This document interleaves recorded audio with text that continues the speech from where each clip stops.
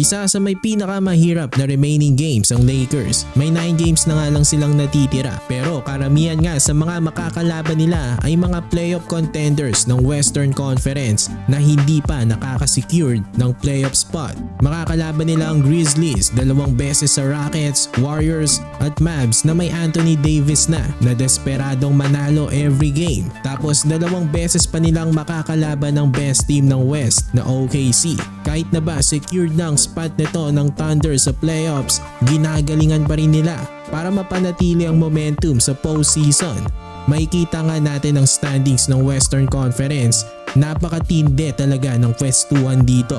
Yes, medyo malayo na siguro ang second seed na Rockets sa 8th seed na Wolves pero may 8 games pa silang natitira kaya need rin nila manalo pa para lang masiguro nilang hindi na sila dadaan ng play-in. Pero ang Lakers delikado pa talaga na bumagsak sa play-in. Kinakailangan may panalo talaga nila ang halos lahat ng kanilang mga natitirang games dahil